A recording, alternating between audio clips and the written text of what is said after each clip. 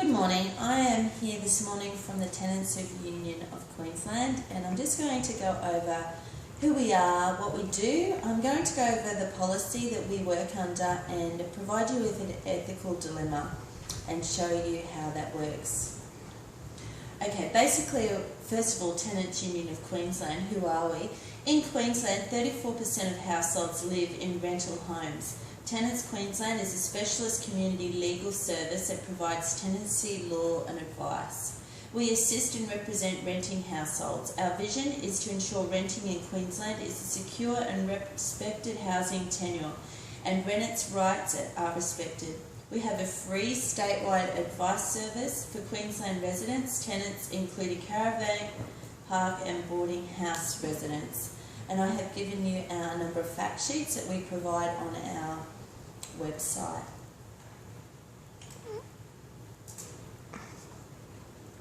We have a number of publications for our residents, and they can all be downloaded and printed out on the website.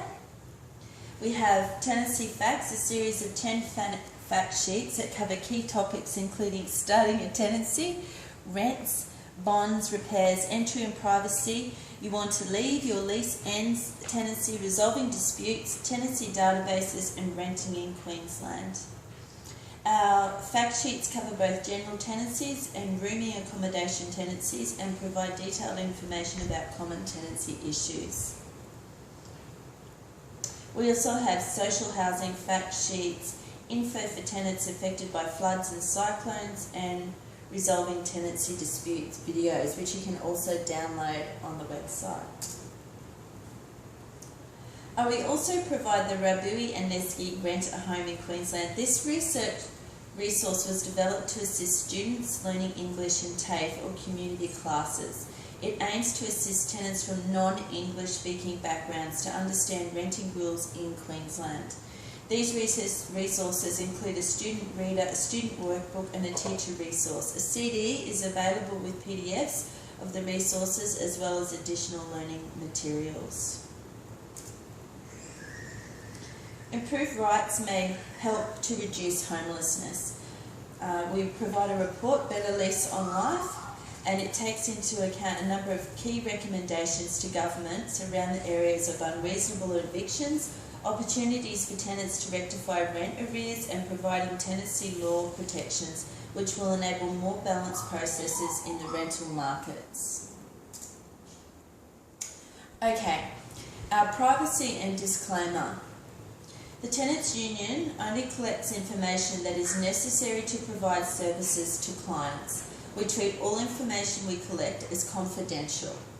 Information supplied by you will only be used for the purpose of providing services to you or in accordance with specific consent given by you. The Tenants Union of Queensland will not make personal information supplied by you available to a third party unless required by law or where you consent to the disclosure. The Tenants Union will distribute statistical information for reporting purposes, but only in a form that will not identify any personal individual. The Tenants Union of Queensland complies with the requirements of the Commonwealth Privacy Act, and this can be found at www.comlaw.gov.au. Okay, so an ethical dilemma that can happen when you're working at this service is provided here for us to discuss. A tenant calls into the service requesting information on their rental agreement. Now when they call, we will ask their name, their address and their postcode, and a return phone number. The return phone number is if the phone call gets disconnected and we can call them back.